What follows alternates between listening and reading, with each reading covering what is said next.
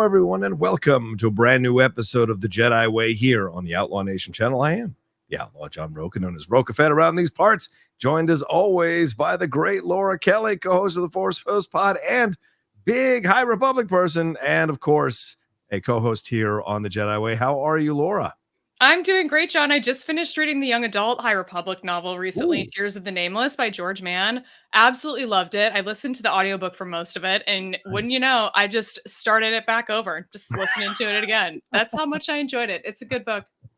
Yeah, you are a High Republic junkie for sure. We will get to some of the High Republic stuff going on out of New York Comic Con that was announced there. We're going to cover some of that later on in the show. We got a big show planned with a lot of subjects to get into. As you've noticed, a third person is not joining us right now. Kevin Smets, he has started a new job as an editor for a company that shall be left nameless. And unfortunately, he was held back to do some more work and couldn't join us. We had scheduled this time that worked for all of our schedules, but unfortunately, Kevin couldn't join us. He will hopefully join us in the next couple of weeks when we do our next show. So we will miss Kevin today, but we'll be thinking about him and we'll be having some fun for sure, talking about all these subjects going on in the world of Star Wars, including James Mangold rumors, including new skeleton crew photos. We got some conversations about Mace Windu, about the Grey Jedi, so to speak. And so there's going to be a lot we're going to be covering here on the show. A little bit of a slow Star Wars week, but we're going to try to fill it with a lot of content here as we go along. Laura, I think we're starting off. Do you want to lead the way or shall I take this one? What's your thoughts on this? Where are we at? You know, why don't you decide which one of these little stories you want to start with here, John? Why don't we start there? Well, let's start with the James Mangold one. I think that's kind of a big one to start off with. To have a conversation about. This kind of broke over the last few hours earlier today. Daniel RPK, which a lot of people on Twitter, Daniel Rickman, he drops a lot of scoops.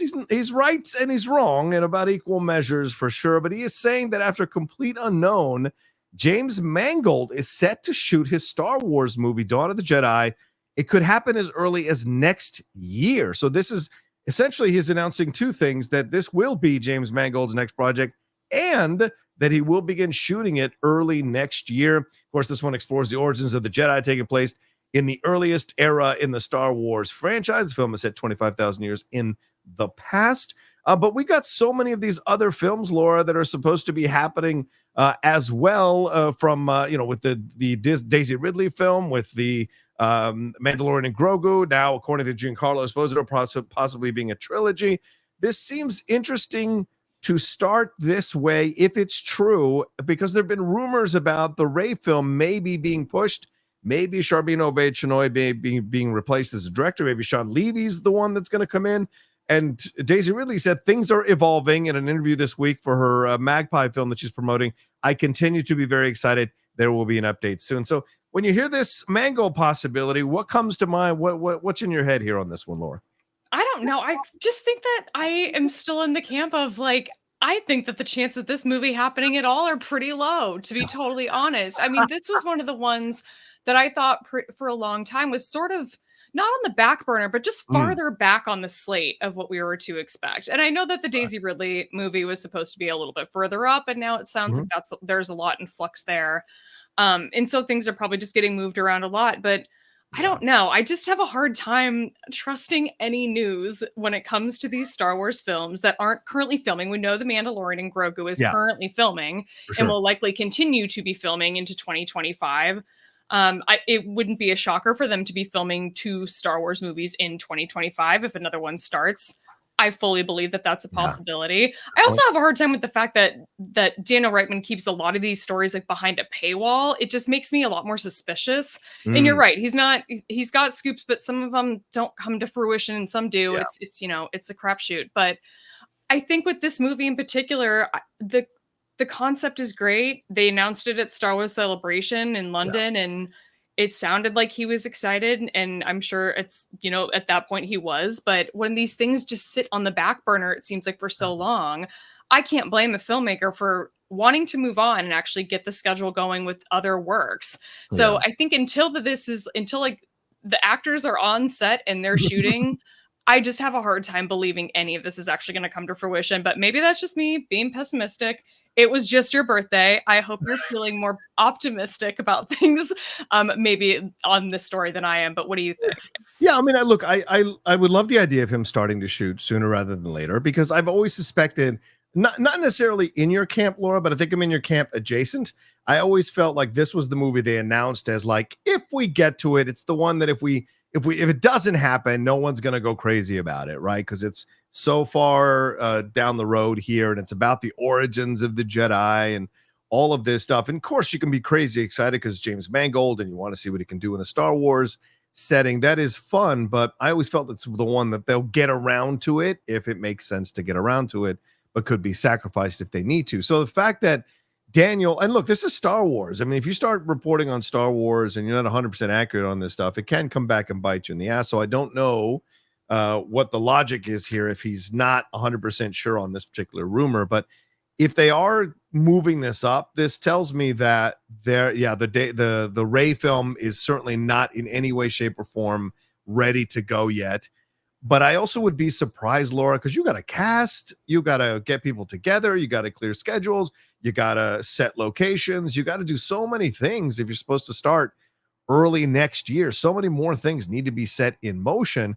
And he's still got a movie coming out in December that he's got to promote and be out there doing work in the circuit. And he hopes it's going to be an Oscar contender. So he's going to be out there doing more interviews and trying to push that movie into people's eyes more and try to get it nominated. So that's a lot of demand on his time as well. Can you be doing that and focusing on getting something really massive like the origins of the Jedi lined up correctly? So I would be very surprised. But if it did happen, I think, do you think the Rey movie is now in question if this goes forward? Do you think we're seeing a change in leadership at Star Wars? Maybe they're hedging their bets and pushing the Rey film because this is something that Kathleen Kennedy really wanted. If Kathleen Kennedy is going to move on, do you think they're pushing the Rey film to decide if they're actually going to do it or not? Or what do you think this may signal if it actually goes forward, the James Mangold film, ahead of these other films? I mean, I think with the Rey movie, that is probably besides Mandalorian and Grogu, that's kind of the guarantee. Okay. That's like sort of the safe Okay. bet in bringing Daisy Ridley back and continuing a story in her sort of timeline and continuing her story in particular, especially with the evolution of her becoming a potential mentor. I think that that's a really safe bet for a story and one that they're probably pretty likely to move forward with at some point. Yeah. I don't, with all of the shakeups, I mean, that quote just from her recently, you said it at the very top of the show of her saying like things are evolving or whatever. I'm like, well, what does that mean? Because Yes. that is like so incredibly vague, and sort of points to like signs of potential trouble. So I don't know. I'm not sure how to read into that. I just can't help but think that this James Mangold thing feels a little bit, it's starting to feel a little bit like Blade. I mean, like a Oh lot my of these God. movies that are just constantly getting canceled and then put off and then they're back Yeah. on again and then they're canceled and they're put off. I mean, it's like the Patty Jenkins Star Wars film. It's all like these in-demand directors can't sit around and wait forever for Star Yeah. Wars and for their stars and for everybody to be ready. And I can't blame Mahershala Ali for being in the same position. Like Yeah. he's a busy working actor. He doesn't want to be sitting around waiting for Marvel to get his shit together. And I imagine it's going to end up being the same sort of thing here because scheduling just in general for these things is just hard. I mean, that's just the baseline of it. It's just hard to get all of the right people in the right room at the right time. Yeah. So, like I said, I don't know if that's going to happen, but I do think the Daisy Ridley film sounds like it's farther along in development. At least they've seen scripts for that. And Yes. maybe that we haven't gotten a final draft yet, but there have been drafts. We know that exists. Yeah. Yeah. I mean, but evolving, as you said, is a loaded word. What does it Yeah. mean? She didn't say the movie is evolving. She said things are evolving. Is that the script? Because, from what I heard from a couple of my sources, there have been multiple drafts of this script turned in by Stephen Knight, and it hasn't quite come across the finish line. And so what is the problem? What is the issue? What are they trying to figure out here? And with Sean Levy making $1 billion on Deadpool, $1 billion plus rather on Deadpool and Wolverine, does he have a little more cachet for the studio to be like, you know what, this is more of a sure thing if we do a Sean Levy Rey movie than a Charmin Obey Chinoy Rey movie. I don't know, but things are evolving. There will be an update soon. An update soon tells me they're pushing it or they're going to lock in a release date. There can be no other update that makes sense at this point. We've been through directors, writers. She's cast in it. We have an idea of what the story might be. So I feel like that's an update soon implies either a release date or a push. Am I wrong on this? No, I think that that's really likely, but I wonder if maybe they would hold something back for like a bigger convention sort of Oh, announcement, whether good point. it's Star Wars Celebration in April in Right. Japan, or Oh. I think D23 in Brazil is coming up before that. It sounds like that's Mm, November 8th, 9th, and 10th. So we're coming up okay. on that soon. That could very well be a hint that something could be announced there. Yeah, that's actually a really excellent point. I hadn't thought about that. So yeah, maybe that's the possibility there. So we will see which movie, but damn it, announce one of them for God's sakes and lock down a date. We're all waiting around for it for sure. Well, let's move on to some Skeleton Crew news here, Laura. This one in Empire Magazine, I think, a visual new photo from Star Wars Skeleton Crew that show. Well, there's a bunch of new photos. Let's take a look at them real quick. Let's cycle through them. Some really great new shots here of the Skeleton Crew show. We've got shots of Jude Law here looking at the Sith language of Ur-Katatir, which is connected to the Peridians, which we saw in Ahsoka. Then you've got the shots here of some of the look of the ship, but then also who is this? What is this all about?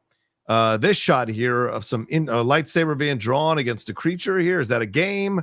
And this is my favorite shot. It evokes so many thoughts in my head. A little Millennium Falcon action, a little hyperspace action. This is all fantastic stuff. And is this another one as well? Oh, yeah. And this is a part of it as well. So just some interesting new Skeleton Crew shots.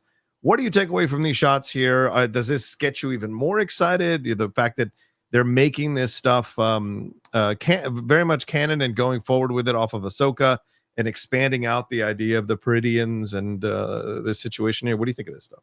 Well, I totally agree that the shot from inside the ship of hyperspace has massive Star Wars feels. That's a good feel-good photo. We've got a good balance of pictures here. They're coming out of Empire that are a lot of kind of vague close-ups and a lot of kind of foggy shots. Like they're very clearly trying to keep a lot of this under wraps, which I kind of appreciate. This show has done a really good job of kind of keeping things pretty locked down. We don't know a ton outside of what we've seen in the trailer or the teaser of what the show is going to be about. So I'm kind of excited for them to sort of keep maintaining this mystery, although we have seen sort of this steady stream of press coming out lately, and this time this new one is Empire Magazine. Yeah. It looks like there's going to be a lot more featuring of Skeleton Crew in the latest issue. There's the whole director roundtable with not all of the directors of the series, but most of them, where they sit down and just kind of shoot the shit about Star Wars, and I'm excited about that. But I don't know. I'm really trying to keep my expectations low for this show because they say, I remember reading in that director roundtable preview that they're like, the stars of our show are 4 10-year-olds, and that just on the surface is not super appealing to me. But I will say that a lot of these images that we're seeing of these kids, particularly of Neil, they're just so cute. So I am getting a little bit excited for it, but just trying really hard to temper expectations. But I'm excited to see more of what Empire has. Right now, we just kind of had this little preview, but I'm enjoying it. What are you thinking about this show? I mean, I feel like, is this going to be, do you think with the sort of pirate story, it's going to be a little bit more up your alley? Or are you kind of in the same boat as me where it's like, this is going to be a kid show? I don't know about this. Yeah, normally I would not be watching a show about 10-year-olds, but and not even 14-year-olds, to be honest, 15-year, maybe I might even go high as 18, to be honest with you. I don't watch Euphoria. I didn't watch the National Treasure series. I don't have an appeal to those kinds of things. But you throw angsty teens, not my thing either. I get it. There you go. Yeah, angsty teens, not my jam. But when you bring in Jude Law, that gives me a second, like it makes me pause. It makes me take a second look at this stuff. And judging from the photos we talked about last time, which I think was 2 episodes ago or 1 episode ago, and then these new photos, I like the approach they're taking. There seems to be a hint of majesty to some of these shots that I really like, evoking the greatness of Star Wars, the old school vibe and feeling of Star Wars. I mean, just seeing him looking at this stuff on the wall, looking at this writing on the wall, the fact that it's pre-Sith and this was like what became the Sith. What are we exploring here? I know we just talked about James Mangold, talking about the origin of the Jedi, but what's going to be explored here in this language? What is he going to discover? Does he know this language? These are questions I have. Clearly, there's some kind of horror element to this thing as young kids get into the things that they get into here. You're right. The smoky shot here. We don't know we don't know fully what they're approaching or what they're looking at. What's it all going to go? What's it all going to lead to? What is this game all about? So there's a lot of intrigue for me in this shot here as well. Is this a droid? Is this a helmet? Is someone dying? Is they doing a last message? A lot of questions. And then, of course, the magic shot, the money shot here. So to me, they're doing the right rollout. Yeah, and we've seen already, like, I don't want to get too deep into it, but already the anti-woke Star Wars people are sharpening up their forks and knives to cut this thing to pieces.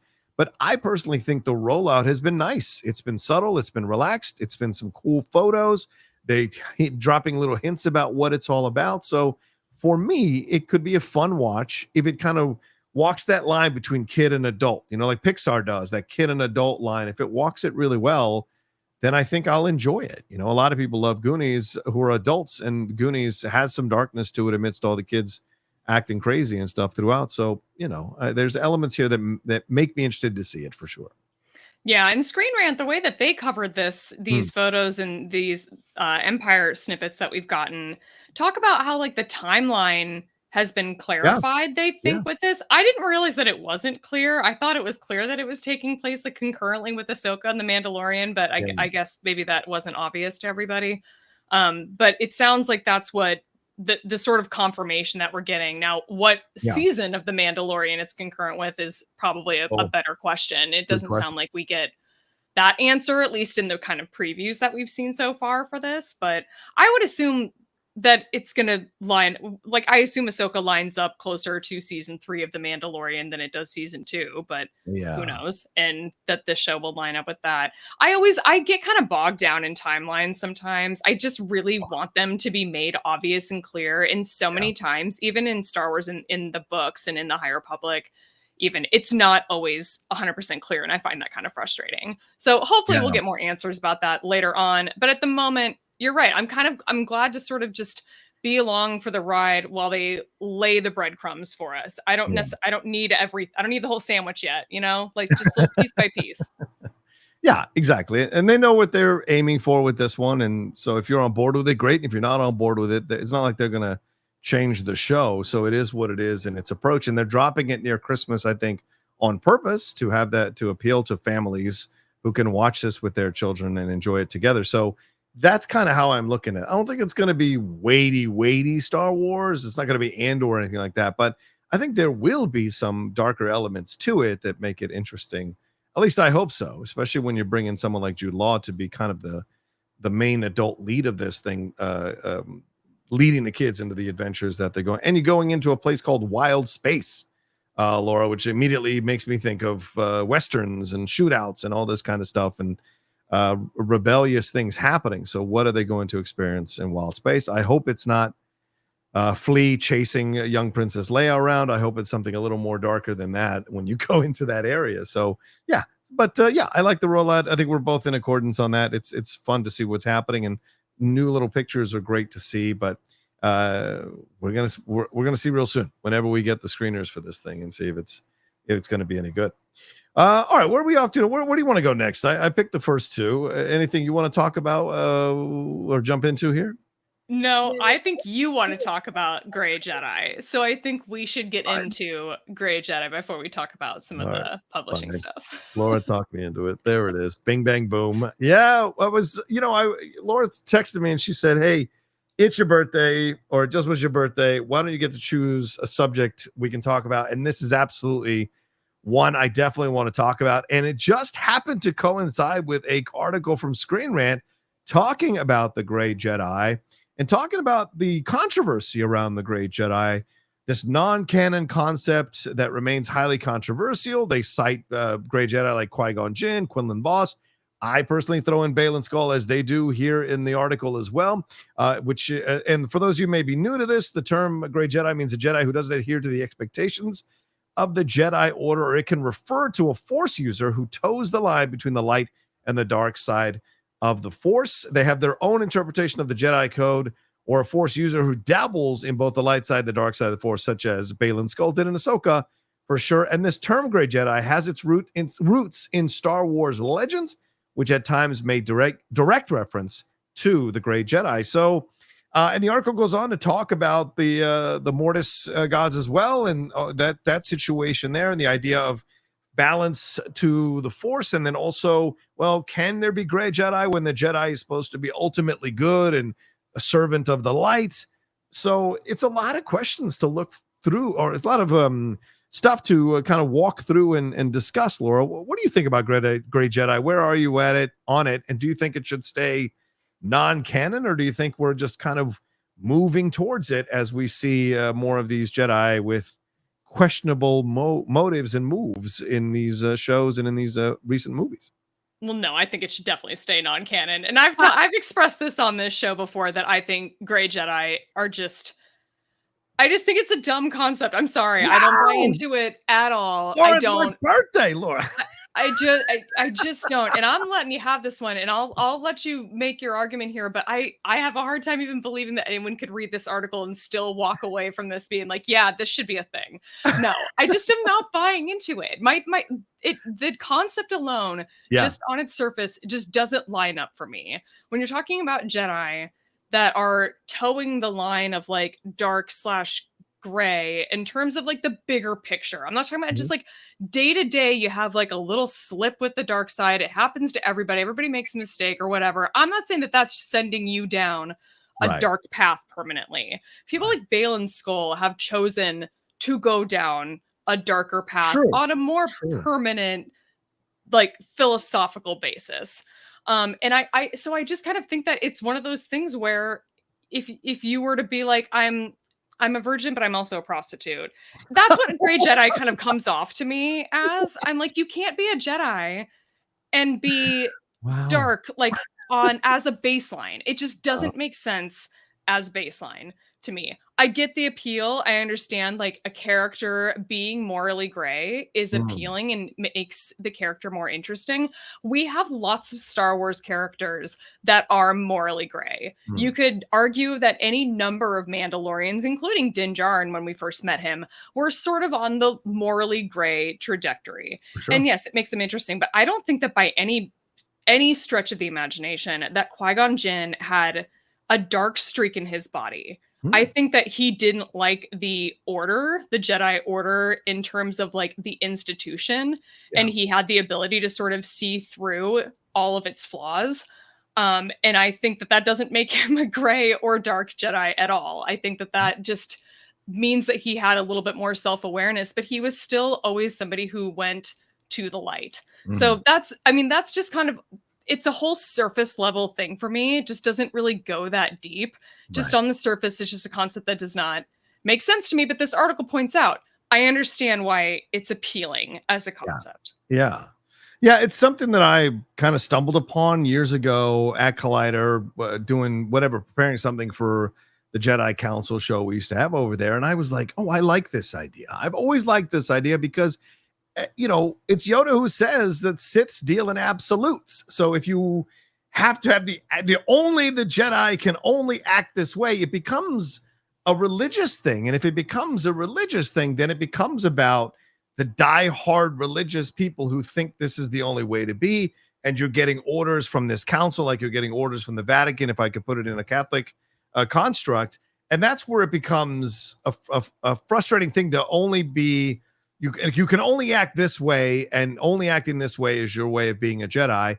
Going to the light doesn't always necessarily mean, doing the best thing in the moment. Sometimes it's doing the hardest thing in the moment and making a certain decision. And with Qui-Gon Jinn, he clearly went against the council in that moment. And you would argue, well, if it's set up that the Jedi are supposed to adhere to the council, adhere to the council represent the light. If you go against the council, then by definition, you're turning from the light and in that way to train a young Padawan, who then you pawn off on Obi-Wan, then it becomes a situation of where was he on this? And so I don't know. I think you have to create gradients, don't you? You have to create gradients in order to exist, because it's easy to judge perched on high. And we saw what we saw in the Acolyte, right? Certainly there was a little gray with some of these Jedi arrests. So how would you categorize Lee Jung-jae's character in the Acolyte? Is he a Grey Jedi because he hid that secret for so long, or is he a Sith? Where is he? Is he a fallen Jedi? What would you categorize him as? No, I mean, I think he's a man. He's a human who made mistakes. Okay. I don't think that makes him a dark side user or somebody who even flirts with that. Although, you sometimes do. I guess in some ways we sort of did see little flickers of that, but we see that in a lot of Jedi. It's not one of those things where I'm just like, oh, well, he's gray. Oh, he's like going dark a little bit. I'm like, they still at the end of the day are going to point towards the light. Are they going to point towards the light all day, every day? Absolutely not. But there's, that's what you have to strive for. You still have to strive to be good. Nobody's out here trying to make the mistakes that Lee Jung-jae's character did in the Acolyte, So I think I totally get where you're coming from, though, on the like religious part of it, and how, there's such strict adherence to like religious practices, and kind of comparing it to that. I totally see that comparison. Yeah. I think when it just comes to this storytelling component and not sort of bringing it out into the real world in that religious way, which it's hard to say, I guess, because the Jedi are at the end of the day a religion. That is how 100%. they're basically structured. But yeah, I just have to think that they are always going to point towards the light, always try to do the right thing, always try to do what's in the best interest of the larger number of people. And that may not be what's in the best interest of an individual. And that's just, the decision you have to make as a leader. And there are a lot of Jedi that are sort of in that leadership position, whether they're on the council or just at an outpost kind of running things somewhere else in the galaxy. What about people who go from Jedi to the darkness and then back again? Like, do you consider them Jedi, then Sith, then Jedi? There is no middle ground, aren't they? By having gone the Sith route, at least for a little while, doesn't that always stay in there in some level? So wouldn't that make them a Grey Jedi? Or because they came back to being a Jedi, came back to the light, you wash that out and they are Jedi at the end? See, I think when you pick one of those absolutes, I mean, that's giving in to the decision. That's agreeing to the philosophy. And if you're going to go that route, and like, it's obviously there's a spectrum, and going from light to dark is a process. I imagine it does not, maybe it happens overnight for some, but probably doesn't happen overnight for most. And there's probably a lot of like teetering on the edge there for a little while before you actually take that final dive. If you want to call somebody in that position a Grey Jedi, even that's it just sounds wrong. It sounds wrong to me. That's somebody who's like struggling with what's right and what's wrong, and giving into whatever it is that's going to draw them to the dark. But I don't just still the concept of Grey Jedi, it just doesn't make any sense to me. So do you not categorize any of the Jedi that are currently in canon as Grey Jedi? You don't categorize any of them? No, absolutely not. Fascinating. Okay. So to you, they're Jedi, and they may have fallen, they may have made mistakes, they may have erred in judgment, but they're still Jedi at the end of the day. Yeah, I mean, sure, if they define themselves as that. I mean, I think that Force wielder is a more general term, and that's where the spectrum is. And if you are a light side Force wielder and you're a Jedi and you live during the time when there is actually a Jedi Order, then if you're a light side wielder and there's no Jedi Order, I don't know what you are. You're just a light side wielder. And I don't know. I guess I kind of fall if there isn't like an actual Sith order, like if you're talking about Baylan Skull, and there isn't like an official, which I don't know, can there be only two, or are there not more than, I don't know, it doesn't matter. But I think that he at some point made the decision to go darker. So I as a Force wielder, former Jedi that eventually went dark, I just still don't see, I would never categorize him as a Grey Jedi anywhere on the spectrum. You're just a Force user at some point, you know, Right. and that's struggling with humanity and with what's happening in the larger galaxy. And yeah, maybe you're eventually a dark sider, but yeah, I believe in the spectrum 100%, whether Yeah. it's light and dark. I fully believe that that isn't an absolute. I just think that the concept of a Grey Jedi on the surface doesn't make any sense. You believe in a spectrum, so there's a middle spot, I would imagine, right? And so you're a Jedi, then you're Sith, all the way to the end. Is that kind of how No, I you think see it? Okay. I think that there's like a middle ground of like just Force wielder, Oh, so Force you don't call them anything. sensitive. You don't call them, they're Jedi. They're still Jedi no matter what. Sure. Okay. Okay. If that's the philosophy they agree with, if that's the, you know, it's really hard to say when there is that kind of there's such a long period of time where the Jedi Order just doesn't exist. And it's hard to kind of define someone as a Jedi when the Jedi were also like erased from history and people don't really even know what that means once you get to a certain point in time. Right. So it's trying to like keep myself in the universe of it. It adds that complication of like, what even were the Jedi when the Jedi had been erased from history? What is a Force user in that time period when people don't even really know what the Jedi were and they just think that they're this group of people that fell from, you know, the light. Yeah. It's fascinating because I think we as a society have become more gray, and so I think this concept has taken on more. How can I say this? It's become a bigger concept for people to consider the possibility because we're no longer back in the 1970s where we had this real rigid idea of what is good and what is bad. Not that there's anything wrong with that, to be honest with you. Maybe we could use a little more rigidity back into our world. But like the idea of having this place where you're in the middle between both, because you understand there are flaws in both, but there might be elements of both that you can function within that makes sense. I think that's what it appeals to me. But it was a Legends, and they have brought Legends stuff over to be canon, of course, in the last few years.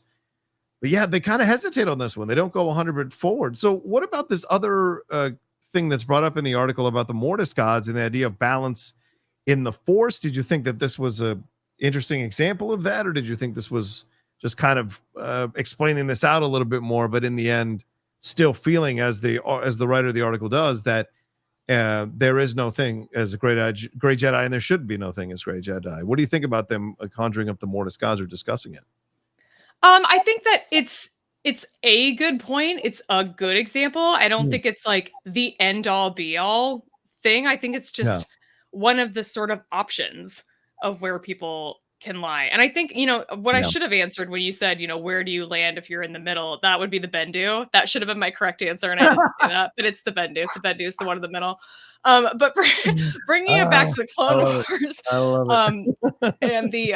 and the Mortis gods. Yeah. I mean, that story alone, I think is just, it's so fascinating. It's one that I really enjoy, but I don't think that it is any kind of, I don't think that it's trying to be an example of Grey Jedi, you know, I don't, that's not how I read it at all.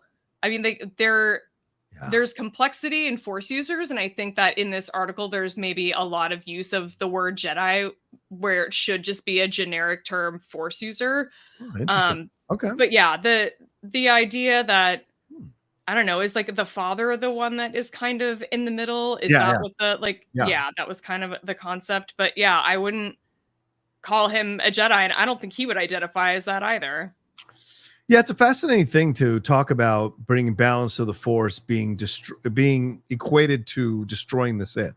Because how can there be balance in the Force if you've destroyed the counter to what you're trying to be, which is the light? There must be darkness in order to have the balance at least that's how I see it. So when the article breaks it down in a certain way to kind of poke holes in the idea of balance in the universe equating to destroying the dark side, that actually does make me think and rethink this approach of balance to the Force and balance in the universe. Because how is there balance if everyone is, how is there not balance if everyone is good? You know what I'm saying? You've got to have a counter in order to expose this, or else, as we know, Laura, in numerous examples throughout our history, when people get together, create a society for good and just be so believing in their good, they will make mistakes from hubris or arrogance or an unwillingness to compromise to a situation that could bring about their downfall. So I wonder about that when reading the Mortis gods. Do you think there's a bit of a confusing approach to it, to say bringing balance to the Force means destroying the Sith? Yeah, I think that that's up for debate. And if Yeah. people believe in one of those sides versus the other, I wouldn't fault them, because Yeah. I think that is it's a hard concept to sort of grapple with. And Yeah. I don't know why it makes me think of this. This is such like a stupid thing to tie it to, but I don't know if you remember the Mandy Moore movie, A Walk to Remember. Of course, I remember that Stay movie. stay with me, everybody. There's a I line loved in it. that movie where the line is something like, "Without suffering, there can be no compassion."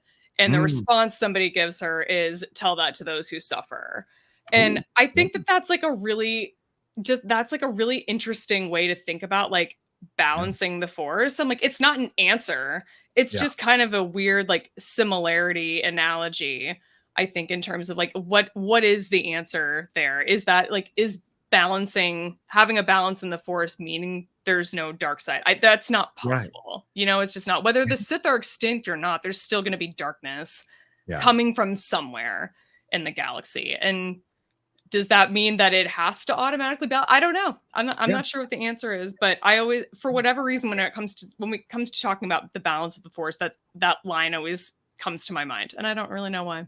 I love it. I think it's awesome. Oh, where else can you find that connection other than on the Jedi Way? So I love that. Yeah, and we look at our world nowadays, and I don't want to dive too deep into this, but sometimes we have to watch ourselves because we think our side is the right side, and we think, well, you have to create a situation where there is balance, there is democracy, but we kind of want our side to win all the time. So how is there democracy if our side wins all the time? In essence, you look at the what goes on here with the what goes on with the Jedi and the Sith, and this idea of the Jedi constantly want to take out the Sith and destroy the Sith. But how can you make sure there are other ideas that are presented if it's only just your way? And so there's a fascinating exploration to have with this kind of stuff that we clearly do not have time for on the show. But I liked this article and the way it was presented. I should give credit to the writer of the article, who is Liz Declan. I thought she did a great job breaking everything down and laying out the groundwork. But at the end, she was very clear, just like you are, that there is no such thing as Grey Jedi. They should not exist, and you have to be part of the light in order to be or striving to be part of the light in order to be a Jedi. So fair points. I still like the idea. No one's going to talk me out of that concept, but I imagine we won't see it be canon anytime soon, Laura. So we will see down the road what happens. All right, let's take a quick break, and on the other side, we'll talk some of the publishing stuff and then roll on out of here right after this.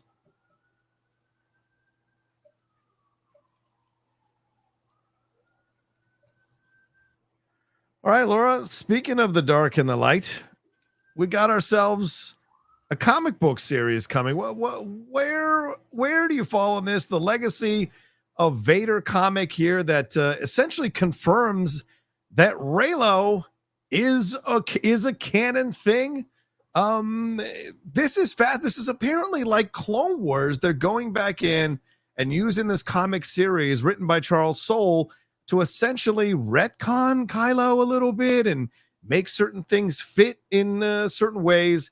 One of the tweets here, page one, splash, it's Kylo Ren. But before we get into where Kylo is and what he's doing, keep in mind that this scene is set long after the end of Star Wars Episode 8, which means Kylo has just in the very recent past had an epic battle with Uncle Luke Skywalker, almost destroyed the entire Resistance, but fell in love with another Force user named Rey, who subsequently rejected him, almost killed his mother, clearly intended to stop, but stopped at the last second, did in fact kill his father, murdered his mentor, teacher, and boss in Snoke, and became the new leader of the entire First Order. That's what's going on with this thing. And what are your thoughts on this, Laura? Do you like this idea of them bringing in a series? Do you not care? Is the Kylo Ren thing a little tired out for you? What are your thoughts on this a comic book series coming?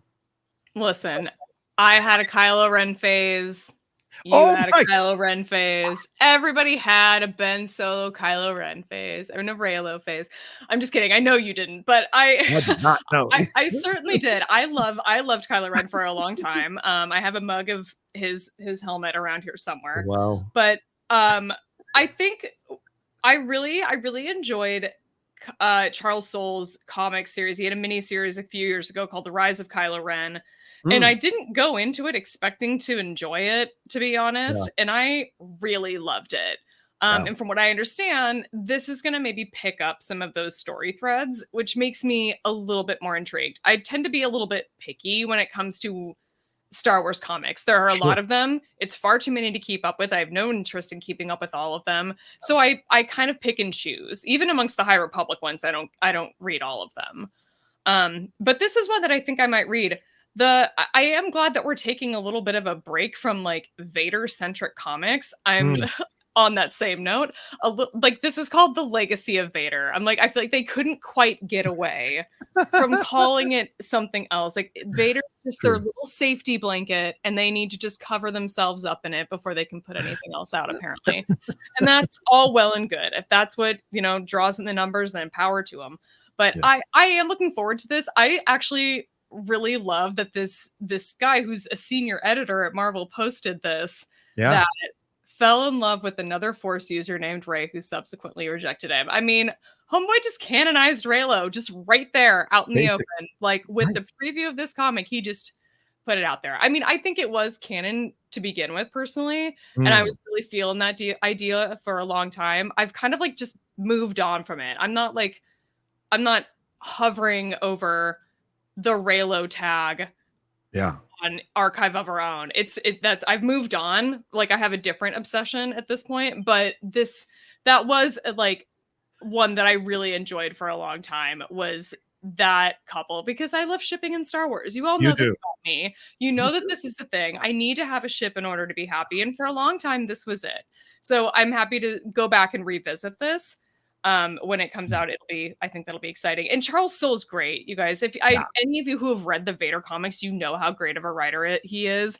Light of the Jedi is a fantastic novel. If you haven't read it, that's the first High Republic book. Please do it. He wrote that. But yeah, I will likely read this. I feel like are you even more selective with the comics in Star Oh, Wars, John? Do you yeah. read them often? Massively so. The Vader one I did read. The Charles Soule Vader one I did read, which I really enjoyed. I enjoyed the Lando one. I thought that was good. The Leia one was fine, and then it kind of fizzled out by the end, so I wasn't the biggest fan of them. But it's been a while, and this is just some of the artwork that you're going to see in. I love that show. That's like old school. Yes. That's like old school 90s, man. You gotta love it. X-Men 97 old school. It's got that kind of era and vibe to it. And of course, you're reconnecting with what he's done. He's gonna go to Mustafar. So yeah, there's a lot here that could be really interesting to read in this thing. And so yeah, like Laura said, I know a lot of you had Kylo phases, Reylo phases. One of my most infamous tweets was making fun of someone who was into Reylo, and I got destroyed for that by a lot of people and blocked, still permanently blocked by some Star Wars fans because of my commentary on that. So I always thought it was kind of ridiculous, the Reylo situation. So the fact that they canonized it, now I guess I got to go, you know what? It's a thing. It's real. It happened. It's there. And the rejection of which makes the kiss even more confounding, to be honest with you. But whatever, it happened, and it is what it is. And I don't fault Star Wars for doing this. I mean, Star Wars has a great track record of going back in and kind of massaging some details to fill in gaps to make people feel more of a connection. I tell you right this, I know a lot of people love those prequel trilogy films. If it wasn't for the Clone Wars, I know for me and a lot of people, we wouldn't have a much more fuller picture of Anakin Skywalker to enjoy and kind of mix together so that the return of Hayden Christensen was so well received when it happened in the series. So I like this idea. Kylo is certainly one of the how can I say this? One of the frustrating characters storyline wise that they did in the sequel trilogy. So if they're going in to kind of massage it a little bit, clearly they still think there's some magic here to explore. And I don't know how they do that. Is there a possibility of a Kylo Ren return in any way, shape, or form, Laura? Is this just fun to play around with in novels and in comic books? Do you think there's any way to is Kylo coming back as a Force ghost down the road? Is there any possibility with this? Him and Rey reconnecting in that Rey movie? What are your thoughts? I mean, I don't know about the Rey movie. I think it's a definite possibility down the road. I think Yeah. it's way down the road, unfortunately. I mean, like When you took talk 20 about years like, for Hayden. Yeah. right? And like maybe that's what it'll take. I Yeah. don't know, but Adam Driver's a busy guy. He's an True. in-demand actor, so I imagine he would be it I don't want to say his career has to like fizzle out first, but I feel like it kind of does for him to be like willing to come back and do this. And maybe he will. Maybe it will happen. Yeah. I don't know. Maybe he'll get canceled for something. And then like 10 years later, they're like, are we over that? Should we bring him back? And then maybe who knows? I don't know. But I was just Yeah. thinking about this and I can't do you remember this? There was an article and I could not find it for the life of me. I was trying to Oh, Google it okay. after Rise of Skywalker came out, where there was a thing where that described the kiss between Rey and Ben as like friendly, like platonic and Oh, yeah. friendly. I think Maybe I it do was remember that. maybe it was the novel, The Rise of Skywalker. I don't remember what it was, but it was the most ridiculous concept. I remember thinking at the time, I was like, that is stupid. Whatever that is, whoever put that out there and it was like some official source, whatever it was. I feel like it was. I just remember thinking that's so dumb. And I feel like this like kind of contradicts that, and that makes me happy. Yeah, yeah, fair point. Yeah, so that was ridiculous. I do remember that coming out. I think we did cover it because it was so much of a battle over the Reylo thing. I remember that was huge. People were so upset on the internet about the Reylo situation. And so yeah, we'll see how this is received. Charles Soule, as you said, is a fantastic writer, and certainly a great track record with writing these kinds of comics in the Star Wars universe. So hopefully, this is another hit for him and another way to revisit the Kylo Ren character and keep that going, because clearly there's a lot of magic with that character for that Star Wars thinks can still be mined down the road and what have you. So we will see. But before we finish off the show, let's do one last thing. Laura, you've got some other publishing stuff. You can take the lead on this one, talking about stuff that went on at NYCC. What stood out to you from all the stuff that was announced here? We've got a General Grievous graphic novel that's coming from Dark Horse. Qui-Gon Jinn is getting some more adventures in an original graphic novel. We've got Ethan Sachs made a surprise appearance on the Dark Horse panel to reveal art for his new Poe Dameron comic mini series that is happening as well. The Bad Batch is getting a new mission. Tech lives in a story before the events of Star Wars, The Bad Batch. And then we have a couple High Republic things. Laura, what is that all about? Yeah, I don't care about any of that stuff except the High Republic. So all of those other things are happening and good for them, but I'm good. Especially the Bad Batch comic. I'm like, I don't. Yeah, we're gonna go way back. Like I know Star Wars, their whole thing is okay. Here's this story. Why don't we go back and see what we can mine from this? And they tend to be really successful at that. But when I saw that Bad Batch comic was coming out, I was like, why are we going back? I don't need this. I would like to go forward with that. I would like to catch up in a little bit in their future and see what they're doing.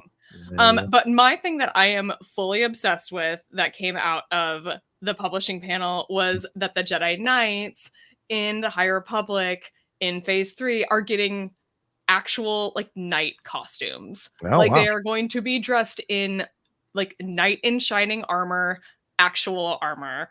And it just looks so cool. Am I a little bit annoyed that their faces are covered up just a tiny little bit? But they're wearing like the Jedi Temple Guard masks.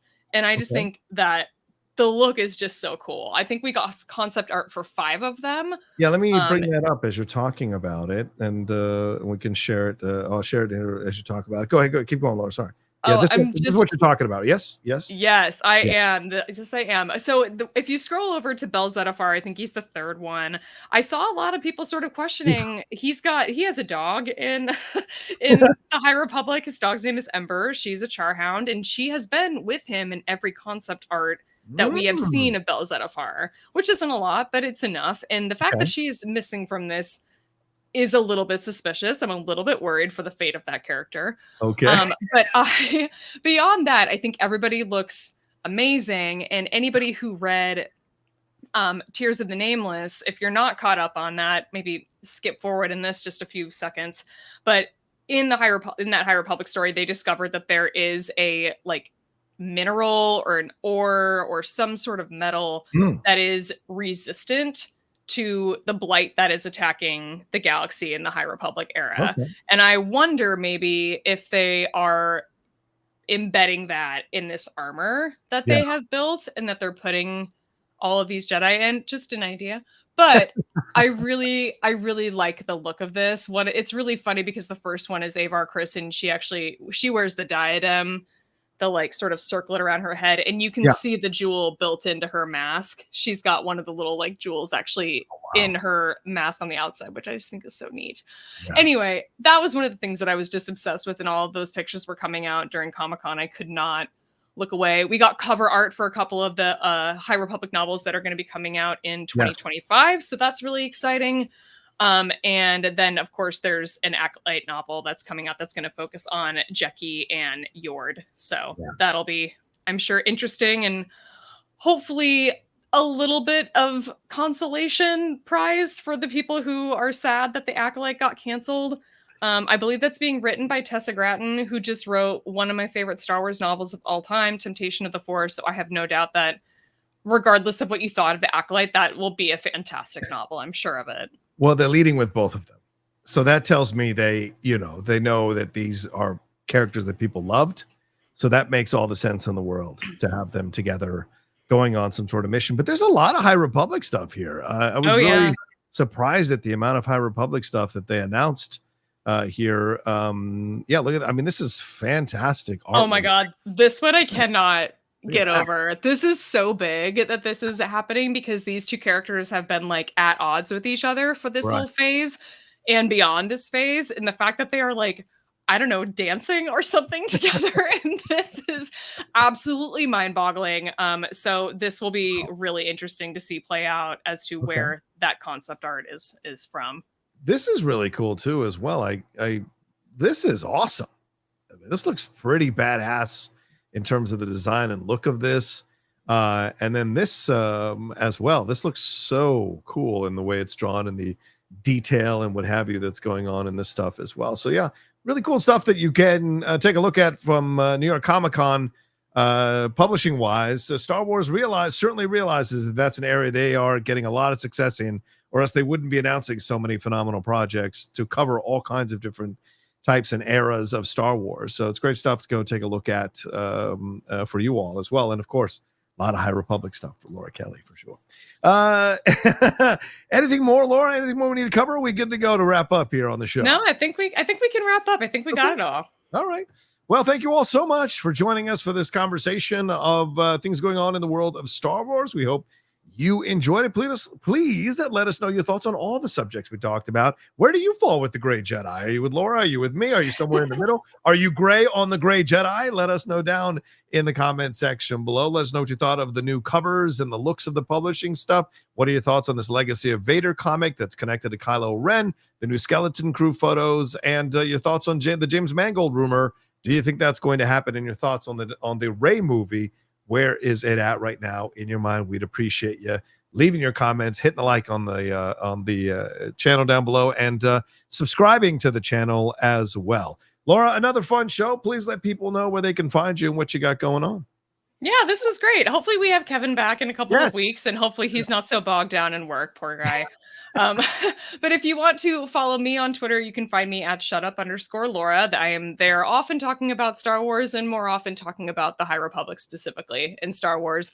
And you can find my podcast, Force Toast, a Star Wars happy hour that I host with my friend Alice, where we drink wine and talk about Star Wars. We often talk about Star Wars books and do a lot of recap of books and comics.